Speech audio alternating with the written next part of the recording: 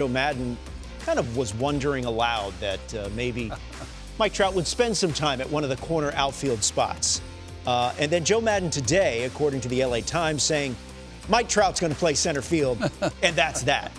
So he could have led with that one. Right. Yeah. And I think you mentioned earlier, sometimes you're just wondering aloud. And it's the nature of the back and forth. When you're in spring training, you're being asked questions by 30, 40, 50 people. And the question could have been, do you see in Mike Trout's future him playing a corner outfield position? Yeah, I could see that. Right. Now, they do have two very good prospects in Marsh and Joe Adell, capable of playing center field. But while Mike Trout's still Mike Trout, you let him play center. I would like to address, though, they say it's easier on the body to play the corner outfield spot. Yeah. Because we're in this game now where everything is analyzed, right? Information here.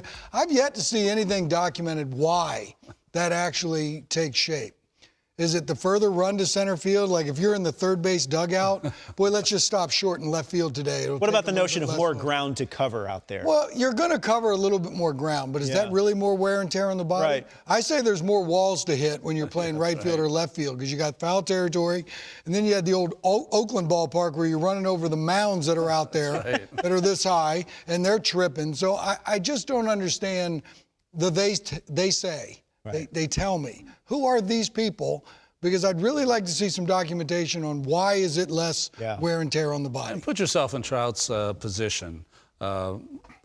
He's center field. It's an elite position. Yeah. It's royalty. That's who the people that play that position. And Mike knows that. And to be considered, one of the greatest center fielders of all time, which he will be at the end of his career, I think means something to him.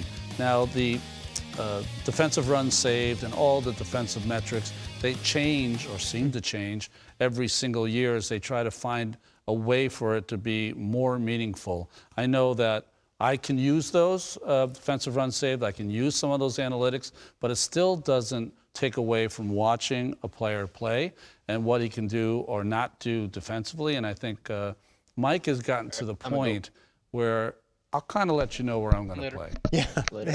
And he should be at that point. And that's where now, it is. So. To the defensive metrics and looking at the DR, until you take that formula out from behind locked doors and actually share it with me and understand what it actually means, I can't give it any credit. It seems they'll pull it out of the drawer every 6 months and go, oh, this guy led baseball in the first half of the year in defensive runs saved. Our researchers are pretty good in this building, correct? The best. They can't tell me what a guy's game or 2 games or 3 games defensive run save looks like because they don't know.